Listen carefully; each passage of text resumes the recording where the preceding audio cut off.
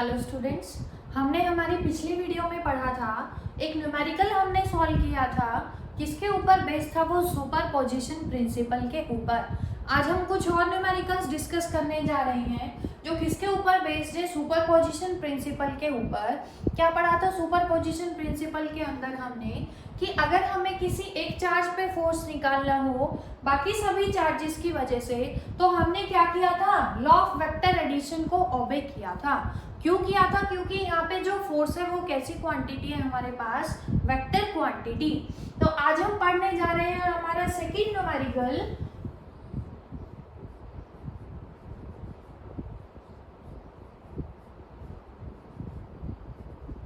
Based on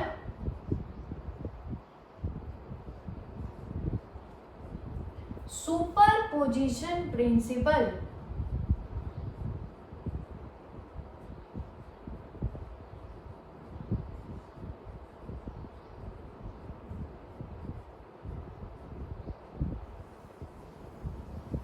आज के इस वीडियो में हम डिस्कस करेंगे 3 numericals related to superposition principle. तो सभी बच्चे ध्यान से देखेंगे, सभी क्वेश्चन क्या important exam point of view से। तो जो हमारा फर्स्ट क्वेश्चन है आज का, वो क्या है हमारे पास? Let there are 3 charges Q1, Q2, Q3, each equal to Q coulomb are placed on the vertices of an equilateral triangle ABC, then calculate the net force on a charge capital Q of the same sign placed at the centroid of the triangle. देखो, सबसे पहले question को ध्यान से समझेगा कि हमारे पास क्या है? 3 चार्जेस Q1, Q2, Q3, तीनों को हमने कहाँ रखा हुआ है? किसी इक्विलेटरल ट्रायंगल ABC के वर्टिसेस पे रखा हुआ है। उसके बाद हमने सेंट्रॉइड के ऊपर एक फोर्थ चार्ज लिया capital Q of the same sign. इसका मतलब क्या है यहाँ पे? कि हमारे पास तीनों चार्जेस क्या थे? पॉजिटिव। तो ये जो फोर्थ चार्ज है ये भी हमने क्या लिया है? पॉजिटिव साइन का। इसके ऊपर क्या निकालेंगे? नेट फोर्स निकालेंगे, जो कहाँ पे रखा हुआ है? At the centroid of the triangle. तो सबसे पहले हम बनाने जा रहे हैं इसका डायग्राम। तो अरेंजमेंट देखो क्या है हमारे पास? हमने एज्यूम किया triangle ABC is an equilateral triangle। इतना सभी को क्लियर हो गया होगा शायद। उसके बाद देखो, जो पॉइंट A है उसके ऊपर हमने चार्ज रखा है Q1 is equal to Q coulomb. B पे चार्ज रखा है Q2 is equal to Q coulomb. C पे चार्ज रखा है Q3 is equal to Q coulomb. तीनों चार्जेस कैसे हैं? इक्वल और सेम साइन के हैं। हमें क्या बोल रहे हैं कि सेंट्रॉइड पे हमने एक और चार्ज लिया कैपिटल Q, उसके ऊपर हमें निकालना है नेट फोर्स।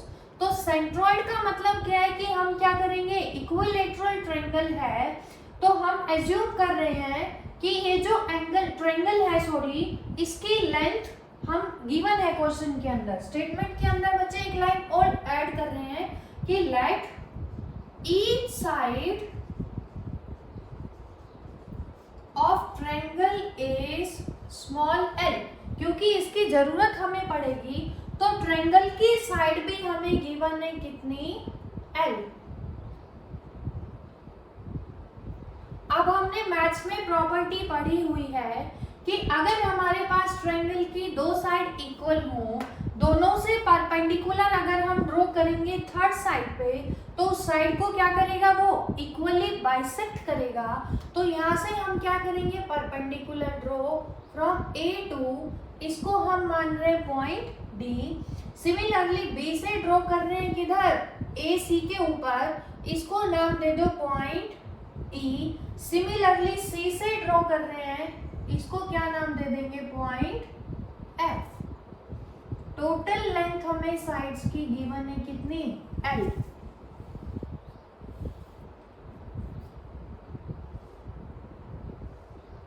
अब इनको हमने मैथ्स में पढ़ा हुआ है, क्या बोलते हैं, मीडियंस।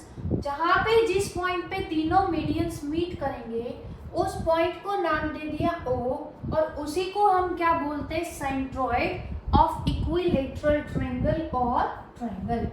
उसके बाद देखो हमें क्या कह रहे हैं कि सेंट्रोइड पे हमने चार्ज रखा हुआ है, कितना चार्ज रखा हुआ है, प्लस क्यू। इसके ऊपर हमें क्या निकालना है, टोटल फोर्स निकालना है। किसकी वजह से निकालना है, ए बी सी की वजह से। तो जैसे हमने पिछले क्वेश्चन में एज्यूम किया था कि ए बी की वजह से फोर्स लग रहा था कितना, F1 और F2, जो लास्ट वीडियो में डिस्कस किया था। सिमिलरली हम यहाँ पे भी एज्यूम करेंगे कि ए पॉइंट की वजह से जो फोर्स लग रहा है वो कितना लग रहा है, F1। किसके ऊपर लग रहा है, O पे। तो F1 is force on O due to A। Similarly F2 हम फोर्स मान रहे हैं O के ऊपर, किसकी वजह से, B की वजह से। और F3 फोर्स मान लेंगे किसकी वजह से, C की वजह से। इतना समझ आ गया सबको। तो हमने तीन फोर्सेस ले लिए, F1, F2, F3। अब सबसे पहले हम किसको निकालेंगे, F1 को। F1 किस पे लग रहा है, O पे। किसकी वजह से लग रहा है, A की वजह से। ध्यान से देखेंगे सब, A पे चार्ज कितना रखा है, Q, O पे कितना रखा है, कैपिटल Q। दोनों चार्ज कैसे हैं, पॉजिटिव। लाइक चार्ज फिर से क्या करेंगे, रिपेल। रिपल्सिव फोर्स की डायरेक्शन क्या होगी, आउटवर्ड। कहां से outward, from the line joining the two charge. तो ये चार्ज इसको क्या करेगा, रिपेल, फोर्स लगाएगा इसके ऊपर। इसकी वजह से जो फोर्स आया उसको हमने क्या मान लिया, F1। इतना समझ आ गया होगा सभी को। दूसरा B भी क्या लगा रहा है, O के ऊपर, फोर्स। यहाँ पे भी कैसा चार्ज है, पॉजिटिव। पॉजिटिव फिर से क्या करेंगे, रिपेल। रिपेल करेंगे तो फोर्स किधर जाएगा, आउटवर्ड। ये कौन सा फोर्स आ गया हमारे पास, F2। सिमिलरली C भी फोर्स लगा रहा है इसके ऊपर, कितना, F3। पॉजिटिव पॉजिटिव फिर से क्या करेंगे, रिपेल। इस फोर्स को हमने कितना एज्यूम किया है, F3। अब टोटल फोर्सेस जो लग रहे हैं पॉइंट O के ऊपर, कितने लग रहे हैं, 3, F1, F2, F3। तीनों जो फोर्सेस हैं वो कैसे फोर्स हैं, यहाँ पे तीनों force, repulsive force. Repulsive forces. अब हमें क्या करना है, नेट फोर्स निकालना है इसके ऊपर। फोर्स का फॉर्मूला कूलम्ब्स लॉ से क्या पढ़ा हुआ है, K Q1 Q2 bye R²। अब ध्यान से देखेंगे यहाँ पे Q1 Q2 Q1 Q2 Q1 Q2 हमें गिवन है, लेकिन इनके बीच की डिस्टेंस जो है हमें नहीं पता, उसको कैलकुलेट करेंगे। अब ध्यान से देखेंगे सभी, ये कैसे ट्रायंगल है, इक्विलैटरल ट्रायंगल। तो ये जो पूरा एंगल है कितना है हमारे पास, 60 डिग्री।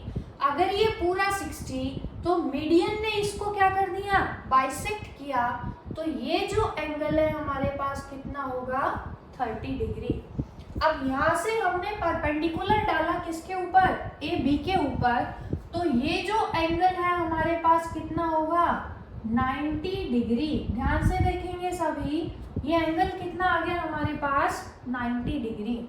उसके बाद अब हमें क्या चाहिए, F1 निकालने के लिए यहाँ से देखो F1 कैलकुलेट करेंगे कि Q1 कितना है, Q1 की वैल्यू Q2 जिसके ऊपर फोर्स लग रहा है कितना कैपिटल Q, डिवाइडेड बाय दोनों के बीच की डिस्टेंस कितनी है AO का स्क्वायर। इसको मान लेंगे इक्वेशन नंबर 1। अब हमें यहाँ पे AO की वैल्यू नहीं पता, C से जो हमने परपेंडिकुलर डाला ये दोनों साइड क्या थी इक्वल लेंथ की, तो मीडियन थर्ड साइड को भी क्या करेगा इक्वली डिवाइड, तो ये पूरा L, तो ये जो पोर्शन है हमारे पास ये कितना बचेगा L/2। तो ये जो ट्रायंगल है इस पॉइंट को नाम क्या दे रखा है हमने F। ध्यान से देखेंगे सभी, ये जो परपेंडिकुलर है इस पॉइंट को नाम दिया हमने F 90 डिग्री। ए पॉइंट कितना एंगल बना रहा है 30 डिग्री, और ये पॉइंट कितना है हमारे पास O। हमें वैल्यू किसकी चाहिए OA की वैल्यू चाहिए, पता किसकी है हमें AF की वैल्यू पता है कितनी L/2, हाइपोटेन्यूज हमें निकालना है। तो इस राइट एंगल ट्रायंगल के अंदर बेस हमें पता है, हाइपोटेन्यूज निकालना है, तो base AF upon hypotenuse OA किसके बराबर आएगा cos थीटा। थीटा कितना है यहाँ पे 30 डिग्री, तो यहाँ से OA की वैल्यू कितनी आएगी AF की वैल्यू कितनी है L/2 divided by cos 30। cos 30 की वैल्यू हमने पढ़ी हुई है किसके बराबर होती है L/2। cos 30 क्या होता है हमारा √3/2, तो OA की वैल्यू यहाँ से कितनी आ गई L/√3। अब ये जो है सभी साइड्स इक्वल हैं, तो तीनों परपेंडिकुलर ने इक्वली बाइसेक्ट किया, तो यहाँ से OA is equal to OB is equal to OC, तीनों की ही वैल्यू किसके बराबर आएगी L/√3। तो F1 की वैल्यू देखो क्या आएगी, अब हमारे पास F1 is equal to Q divided by L/√3 का होल स्क्वायर। इसको सॉल्व करेंगे क्या आएगा 3KQQ divided by L square, इसको मान लेंगे इक्वेशन नंबर 2। अब ध्यान से देखेंगे F1 की वैल्यू हमने निकाली, किसकी निकालनी है F2 और F3 की, तो इसी तरीके से निकाल लेंगे F2 इज इक्वल टू किसके बराबर आएगा KQQ डिवाइडेड बाय F2 किसकी वजह से लग रहा है B की वजह से, तो डिस्टेंस क्या आएगी BO का होल स्क्वायर। ये तीनों साइड क्या है बराबर, तो BO की वैल्यू यहाँ से फिर से क्या आ जाएगी L/√3। फिर से सॉल्व करेंगे, आंसर क्या आएगा 3KQQ divided by L square. ये आगे बच्चों हमारे पास equation number 3। Similarly F3 is equal to KQQ divided by distance कितना है अब CO का स्क्वायर। CO की वैल्यू भी कितनी है L/√3। सॉल्व करेंगे फिर से क्या आ जाएगा 3KQQ divided by L square. ये आ गई हमारे पास इक्वेशन नंबर 4। अब हमारे पास टोटल नंबर ऑफ फोर्सेस कितने आ गए 3, लेकिन हमें क्या निकालना है यहाँ पे नेट फोर्स। तीनों की डायरेक्शन हमें मेंशन करनी हो तो कैसे करेंगे, F1 फोर्स लग रहा है, किधर लग रहा है F1 फोर्स अलोंग OD, तो डायरेक्शन बतानी हो तो क्या आ जाएगी अलोंग OD। F2 की डायरेक्शन किधर है हमारे पास अलोंग OE। F3 की डायरेक्शन किधर है अलोंग OF। अब ध्यान से देखेंगे सभी, हमें पता है ट्रायंगल के अंदर टोटल सम जो होता है एंगल्स का कितना होता है 180 डिग्री। ये देखो कितना है 90, ये कितना है 30, 120, 180 माइनस 120 कितना बचेगा 60। इसका मतलब ये एंगल कितना आ गया 60। सिमिलरली ये 30, ये भी 90, तो ये भी कितना होगा 60। तो ये जो टोटल एंगल है हमारे पास 60 प्लस 60 टोटल कितना आ जाएगा 120 डिग्री। किसके बीच में, बिटवीन F2 एंड F3 में। अब अगर हमें क्या निकालना हो दोनों का रिजल्टेंट, तो हम एज्यूम कर रहे हैं let F is the resultant of F2 and F3। F is resultant of F2 and F3। अब ध्यान से देखेंगे सभी, दोनों का रिजल्टेंट कहाँ होगा इनके बीच में। फिर से कौन सा लॉ पढ़ेंगे, हमने 11th क्लास में पढ़ा हुआ है parallelogram law of vector addition. Parallelogram law से रिजल्टेंट F किसके बराबर आएगा, अंडर रूट किसका रिजल्टेंट है F2 और F3 का, कितना आ जाएगा F2 square plus F3 square plus 2 F2 F3। दोनों के बीच में एंगल कितना है 120 डिग्री। यहाँ पे आ गया हमारे पास cos of 120 degree.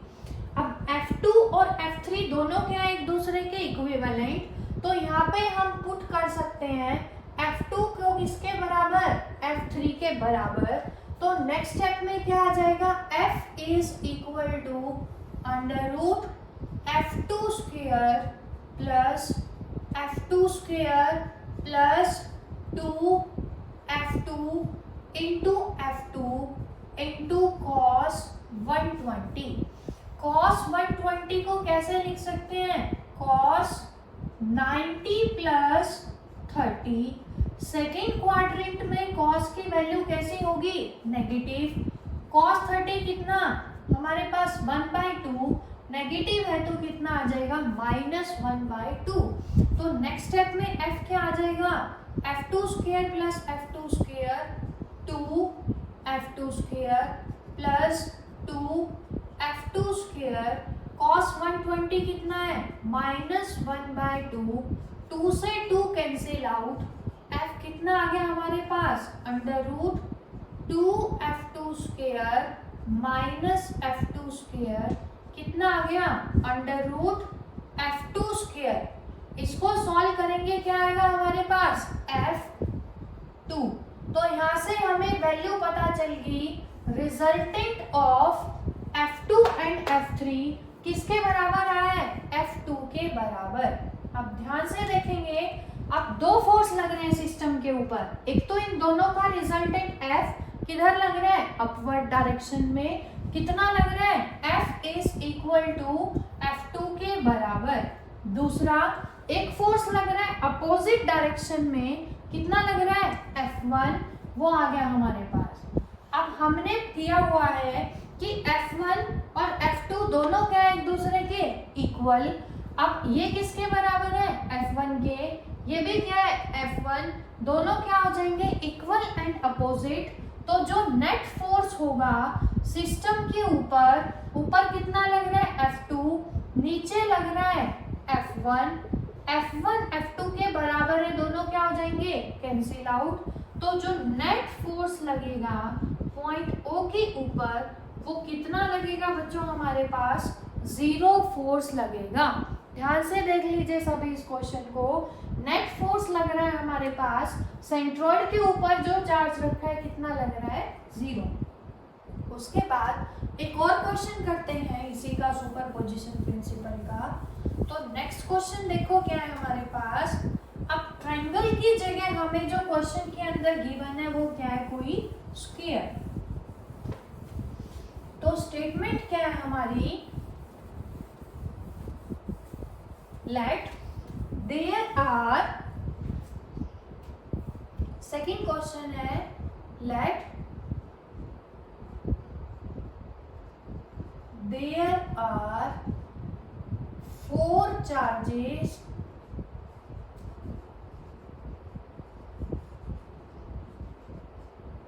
Q, comma Q, Q, Q, placed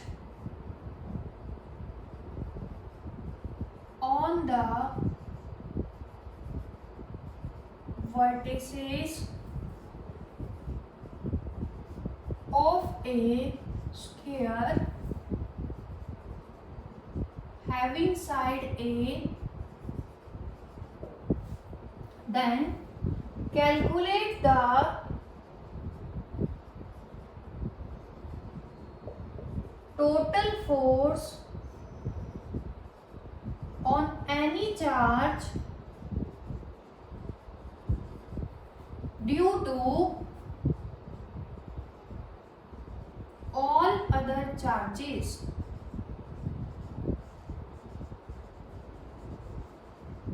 इसमें देखो क्या गिवन है हमें बच्चों, ट्रायंगल की जगह क्या गिवन है, स्क्वायर। अब तो स्क्वायर बनाने जा रहे हैं। स्क्वायर हमने लिया है कोई भी, उसको हम नाम दे रहे हैं ए बी सी डी।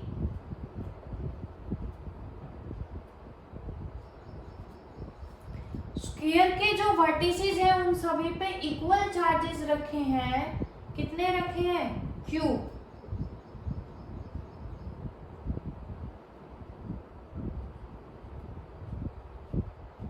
उसके अलावा जो क्वेश्चन में गिवन है हमें, वो क्या गिवन है, स्क्वायर की साइड्स कितनी गिवन है हमें, each side is equal to A. Question के अंदर हमें निकालना क्या है कि किसी भी एक चार्ज के ऊपर फोर्स निकालना है बाकी की वजह से। किसी एक पे निकालेंगे तो बाकी कितने बचेंगे, 3। तो 3 चार्जेस की वजह से किसी एक चार्ज के ऊपर हमें नेट फोर्स निकालना है। तो उसके लिए देखो कैसे करेंगे, क्वेश्चन को फिर से एज्यूम करेंगे। अब देखो हम एज्यूम कर रहे हैं कि हम कैलकुलेट कर रहे हैं नेट फोर्स किसके ऊपर, मान लो तुम पॉइंट बी के ऊपर। Let we are calculating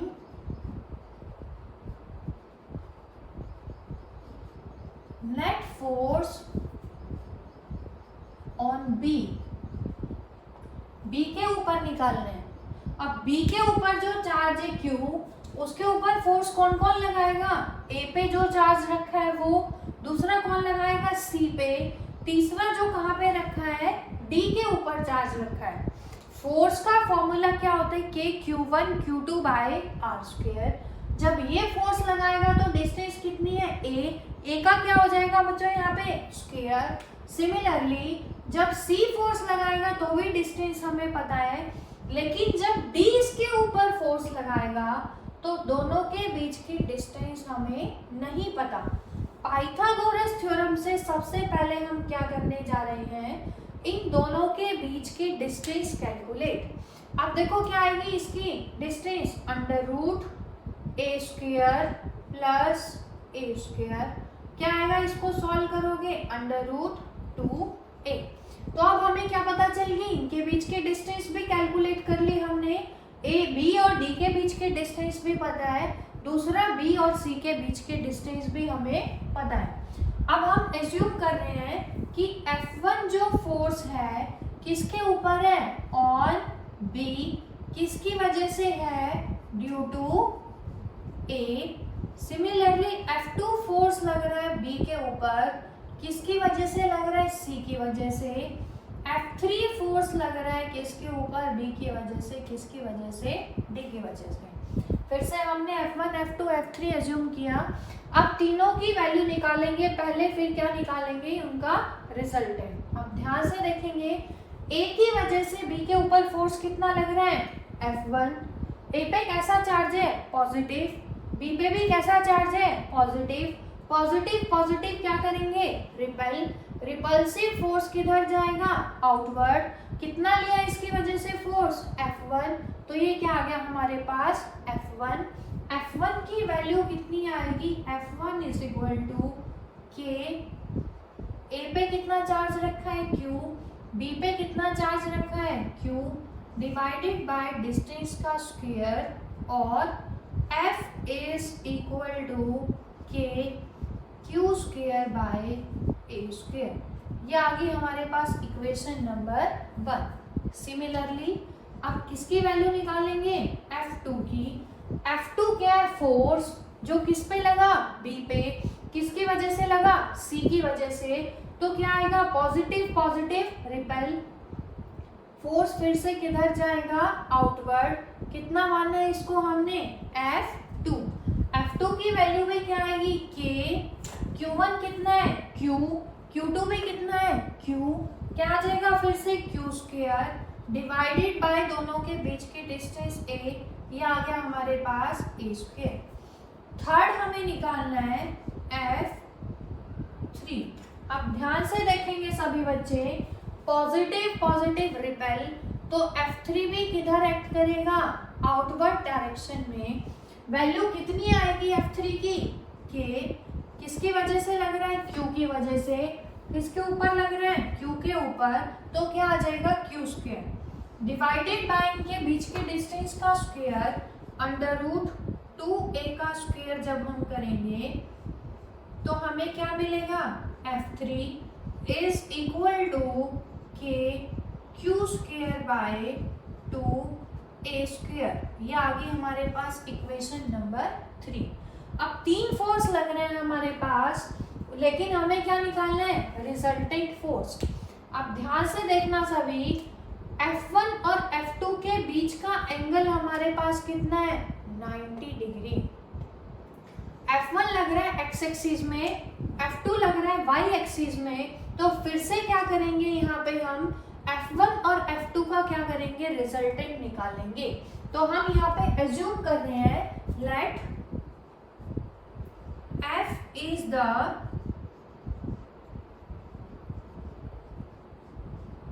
resultant of F1 and F2। F1 और F2 का रिजल्टेंट हमने क्या मान लिया, F। क्या आएगा ये हमारे पास, रिजल्टेंट F माना है हमने, F। तो क्या आ जाएगा, F की value from parallelogram law, under root F1 square plus F2 square plus 2 F1 F2 cos of angle between F1 and F2 कितना है, 90। cos 90 कितना होगा हमारे पास, 0। तो यहाँ से F किसके बराबर आएगा, under root F1 square plus F2 square. दोनों की वैल्यू पुट करेंगे, F यहाँ से किसके बराबर आएगा, देखो F1 और F2 दोनों एक दूसरे के इक्वल हैं। तो इसको हम क्या लिख सकते हैं, under root 2 F1 square, because F1 is equal to F2। इसकी वैल्यू जब रखेंगे तो F किसके बराबर आएगा, under root 2 F1 square. F1 का जब स्क्वायर करोगे अंडर रूट से बाहर क्या आएगा, F1। F1 की वैल्यू कितनी है हमारे पास, K Q square by A square. ये आ गई हमारे पास इक्वेशन नंबर 4। अब ध्यान से देखना, F फोर्स लग रहा है इस डायरेक्शन में, जो किसका रिजल्टेंट है, F1 और F2 का। साथ में इसी डायरेक्शन में कौन फोर्स लग रहा है, कौन, F3। अब हमें रिजल्टेंट निकालना है किसका, F3 का और F का। दोनों किधर जा रहे हैं, सेम डायरेक्शन में। तो क्या करेंगे, दोनों को ऐड। तो लिखेंगे नेक्स्ट लाइन में, let F dash is resultant of, किसका रिजल्टेंट है, F3 एंड F। तो F dash किसके बराबर आएगा, सेम डायरेक्शन में जा रहे हैं, F3 प्लस F। और F dash is equal to, F3 की वैल्यू हमने 3 इक्वेशन से निकाल रखी है, K Q square divided by 2a square plus F की वैल्यू 4th इक्वेशन से निकाली है, under root 2 K Q square by a square. इसको जब सॉल्व करेंगे तो F डैश किसके बराबर आएगा, दोनों में से क्या कॉमन आ रहा है, K Q square divided bye a square. अंदर क्या बचेगा हमारे पास, 1/2 प्लस अंडर रूट 2। ये क्या आ गया हमारे पास, नेट फोर्स जो कहाँ पे लग रहा है, पॉइंट बी के ऊपर लग रहा है।